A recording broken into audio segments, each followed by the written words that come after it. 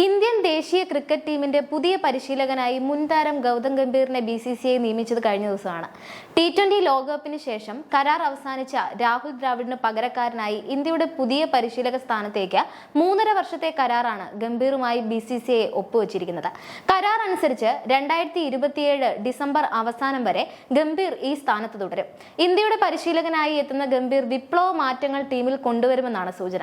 അതേസമയം ഇന്ത്യയുടെ പരിശീലകനായി ഗംഭീറിനെ നിയമിക്കുന്ന കാര്യത്തിൽ ചില പ്രധാന താരങ്ങളുടെ അഭിപ്രായം BCCI തേടിയിരുന്നു എന്ന റിപ്പോർട്ടുകൾ ഇപ്പോൾ പുറത്തു വന്നിട്ടുണ്ട്. ഇതിനൊപ്പം കോച്ചായതിനു പിന്നാലെ ഗംഭീർ നടത്താൻ സാധ്യതയുള്ള ഒരു കിടിലൻ നീക്കത്തെക്കുറിച്ചുള്ള വിവരങ്ങളും പുറത്തു വന്നിരിക്കുകയാണ്. ഗൗതം ഗംഭീറിന്റെ നിയമനത്തെക്കുറിച്ച് വിരാട് കോഹ്ലിയുമായി ചർച്ച ചെയ്യാൻ തയ്യാറാകാതിരുന്ന BCCI പക്ഷേ ഇക്കാര്യത്തിൽ ടീമിന്റെ ഉപനായകനായ ഹർദിക് പാണ്ഡ്യയുടെ അഭിപ്രായം തേടിയെന്നാണ് റിപ്പോർട്ടുകൾ സൂചിപ്പിക്കുന്നത്. രോഹിത് ശർമ്മയ്ക്ക് ശേഷം ഇന്ത്യയുടെ അടുത്ത ക്യാപ്റ്റനാണ് ഹർദിക് പാണ്ഡ്യ. അതുകൊണ്ട് തന്നെയാണ് ഗംഭീറിന്റെ നിയമന കാര്യത്തിൽ പാണ്ഡ്യയ്ക്കും BCCI പ്രാധാന്യം നൽകിയത് എന്നാണ് സൂചനകൾ. ഗംഭീറിനെ കോച്ചായി കൊണ്ടുവരുന്നതിന് ഹർദിക് പാണ്ഡ്യ പച്ചക്കൊടി വീശിയെന്നാണ് സൂചന. ഇന്ത്യയുടെ പുതിയ പരിശീലകനായ ഗൗതം ഗംഭീറും ടീമിന്റെ സീനിയർ താരമായ വിരാട് കോഹ്ലിയും തമ്മിൽ അത്ര നല്ല ബന്ധമല്ല ഉള്ളതെന്നത് ക്രിക്കറ്റ് ലോകത്തെ പരസ്യമായ രഹസ്യമാണ്. മുൻകാലങ്ങളിൽ പുതിയ പരിശീലകരെ കൊണ്ടുവന്നിരുന്ന സമയത്ത് സീനിയർ താരമായിരുന്ന വിരാട് കോഹ്ലിയുടെ അഭിപ്രായവും BCCI മുഖവിലക്കെടുത്തിരുന്നു. എന്നാൽ ഗംഭീറിനെ പരിശീലക സ്ഥാനത്ത് നിയമിക്കുന്നതിന് മുമ്പ് കോഹ്ലിയുടെ അഭിപ്രായം ആരായാൻ BCCI ശ്രമിച്ചില്ല. ഒരു ദേശീയ മാധ്യമത്തോട് സംസാരിക്കവേ BCCI വൃത്തങ്ങളിൽ ഒരാൾ തന്നെയാണ് ഇക്കാര്യം വെളിപ്പെടുത്തിയത്. ഇതോടെ ടീം പ്രക്രിയയിൽ വരും കാലങ്ങളിൽ കോഹ്ലിയുടെ പ്രാധാന്യം കുറയുമോ എന്ന ആശങ്കയും ആരാധകർക്കിടയിൽ വർദ്ധിച്ചിട്ടുണ്ട്. ഗൗതം ഗംഭീറിന്റെ പരിശീലക സംഘത്തിൽ സഹപരിശീലകരായി എത്തുക ആരൊക്കെയായിരിക്കുമെന്ന കാര്യത്തിൽ ഇപ്പോഴും വ്യക്തത വന്നിട്ടില്ല. ബാറ്റിംഗ് പരിശീലകനായി അഭിഷേക് നായരെയും ബോളിംഗ് പരിശീലകനായി വിനയ് കുമാറിനെയും കൊണ്ടുവരാൻ ഗംഭീർ ആഗ്രഹിക്കുന്നുണ്ടെന്ന് കഴിഞ്ഞ ദിവസങ്ങളിൽ റിപ്പോർട്ടുകൾ പുറത്തു വന്നിരുന്നു. ഇപ്പോൾ അണിയറയിൽ മറ്റൊരു നീക്കത്തിനുള്ള ശ്രമങ്ങളും ഗംഭീർ നടത്തുന്നുണ്ട് എന്ന റിപ്പോർട്ടുകളാണ് എത്തിയിട്ടുള്ളത്.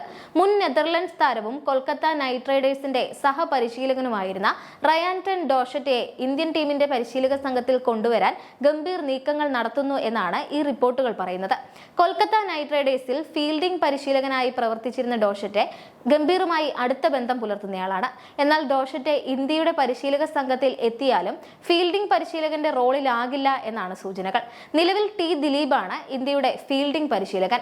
അദ്ദേഹത്തിന്റെ ഫീൽഡിംഗ് പരിശീലനത്തിൽ BCCI സന്തുഷ്ടരാണെന്നതും അദ്ദേഹത്തിന് പുതിയ കരാർ നൽകാൻ അവർ തയ്യാറെടുക്കുകയാണ് എന്നുമാണ് റിപ്പോർട്ടുകൾ.